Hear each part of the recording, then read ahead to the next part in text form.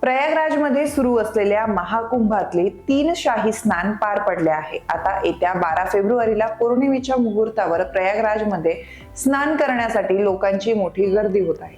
संगमावर पुन्हा एकदा प्रचंड गर्दी आणि बऱ्याच किलोमीटर पर्यंत लांब लांब रांगा लागल्याचं समोर येत आहे। वाहनांच्या लांबच लांब रांगा लागल्या आहेत। लोक पायी चालत संगमाकडे जाताना दिसत आहे। यापूर्वी 29 जानेवारीला मौनी अमावस्येला गर्दीचं असंच दृश्य पाहायला मिळालं होतं। मुख्य रस्ते आणि महामार्गावरील शहरातील आणि ग्रामीण भागातील रस्त्यांवरही जाम गर्दी जमल्याचं स्थानिकांचं म्हणणं आहे। शहरातील सुमारे 30 किलोमीटर पर्यंत वाहतूक कोंडी निर्माण झाली आहे। त्यामुळे स्थानिकांना अनेक अडचणींना सामोरं जावं लागतंय। वाराणसी, लखनौ, कानपूर आणि रीवा येथून प्रयागराजकडे जाणाऱ्या रस्त्यांवर 20 ते 25 किलोमीटर पर्यंत वाहनांच्या लांबच लांब रांगा लागल्या आहेत। हिंदू धर्मात माघ पौर्णिमेचा सण खूप पवित्र मानला जातो। या दिवशी भगवान विष्णू आणि शिव यांची पूजा केल्याने जीवनात सुख, शांती आणि समृद्धी येते असं म्हटलं जातं। शिवाय गंगेत स्नान केल्याने सर्व प्रकारची पाप आणि दुःख नष्ट होतात अशी आख्यायिका देखील मानली जाते। माघ महिन्यात गंगा नदीत स्नान करणं आणि उपवास करणं याला विशेष महत्व आहे, जे अश्वमेध यज्ञासारखे पुण्यपूर्ण फळ देते। यावर्षी माघ पौर्णिमेशी संबंधित तारीख, शुभ वेळ आणि शुभ योगांबद्दल आपण या व्हिडिओच्या माध्यमातून जाणून घेऊया।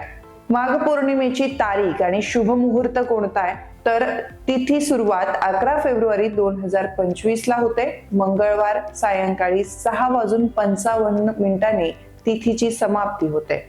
चंद्राची वेळ संध्याकाळी 5:59 माघ पौर्णिमेला म्हणजेच शुभ योगाला तयार होतात। सौभाग्य आणि शोभन योग या योगांमध्ये केलेल्या उपासनेचे आणि दानाचे फळ शाश्वत असतं असं म्हटलं जातं। आश्लेषा आणि माघ नक्षत्राचे योग देखील आहे। हे नक्षत्र अत्यंत शुभ मानले जातात आणि पवित्र स्नान आणि पूजेसाठी हा आदर्श काळ असल्याचं म्हटलं जातं। शिवयोग या योगात भगवान शिव आणि विष्णूची पूजा विशेषतः फलदायी असते असं मानलं जातं। माघ पौर्णिमेला काय करायला हवं? 1. गंगा स्नान।